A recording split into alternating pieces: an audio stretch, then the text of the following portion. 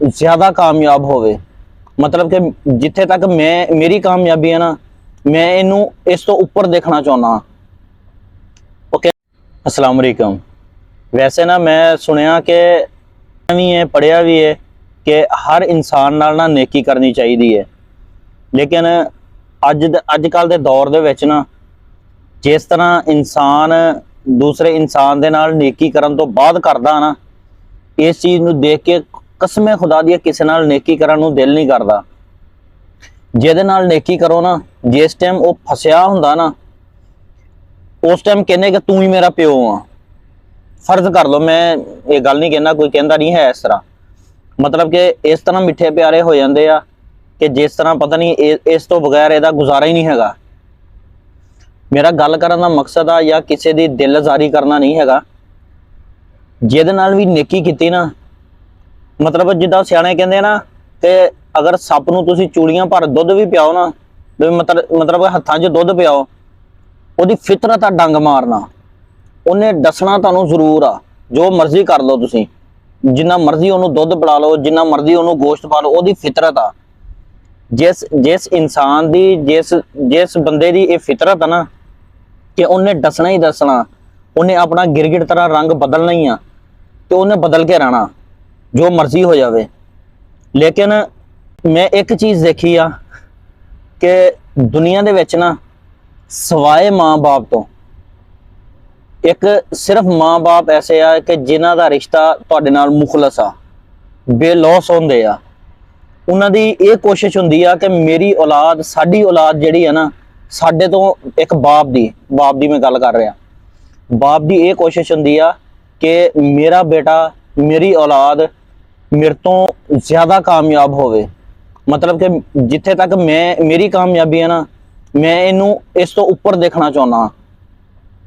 वो कहते ना कि हमेशा बच्चे नूं जदों भी मां चुकदी है ना, गोदी चुकदी आ, ते बाप जदों भी बच्चे नूं चुकदा ना, उहनूं अपने मोढियां ते बिठांदा। किसी ने पूछा कि बाप नूं कि अपने बच्चों नूं, अपने बेटे नूं मोढियां ते क्यों बिठाना, तो गोदी भी तो चुक सकदा। वो कहंदा कि मां जिहड़ी है ना, मां उत्थे तक अपने बच्चे नूं दिखाउणा चाहुंदी है कि जिथे तक उहदी नज़र जांदी आ, भी उत्थे तक देखे। जबकि बाप मोढे ते इस तो चुकदा कि उहदी कोशिश हुंदी है कि जिथे तक मेरी नज़र नहीं ना जा सकी, या जिथे तक मैं नहीं पहुंच सकिया, मेरी औलाद, मेरा बच्चा उत्थे तक देखे, उत्थे तक यानी कि उहदी कामयाबी हासिल करे। हो बाकी दुनिया ते सवाए माँ बाप तो किसी दा रिश्ता जिहड़ा ना, कोई मुखलस नहीं हैगा। जिहदे नाल भी नेकी कीती है ना, उहने अगों जिहड़ा बदला दिता ना, वो मैं ਤੁਹਾਨੂੰ ਦੱਸਣਾ, मैं की दस सकदा, बल्कि तुसी इस चीज़ दे खूब वाकफ हो, सीरियस होए होने आ। मेरे दस्सण दी जरूरत नहीं हैगी।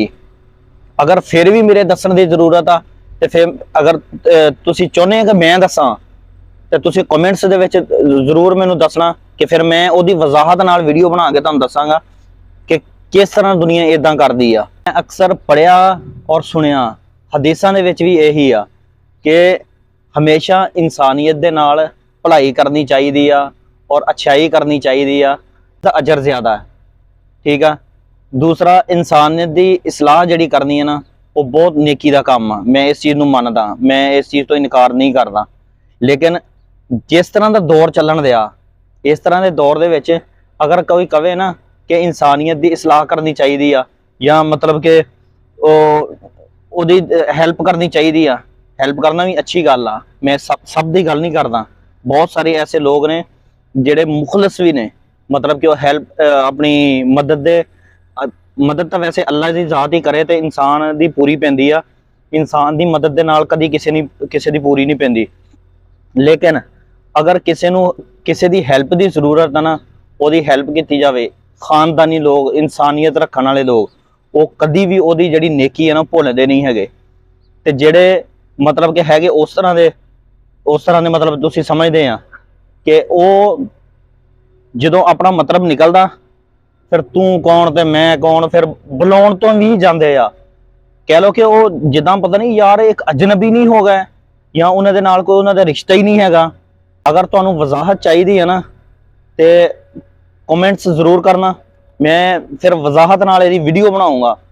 ਔਰ ਵੀਡੀਓ ਬਣਾ ਕੇ ਇਨਸ਼ਾਅੱਲਾ ਮੈਂ ਕੋਸ਼ਿਸ਼ ਕਰੂੰਗਾ ਤੁਹਾਡੀ ਰਹਿਨੁਮਾਈ ਕਰਾਂ।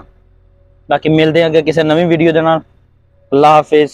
ਪਾਕਿਸਤਾਨ ਜ਼ਿੰਦਾਬਾਦ।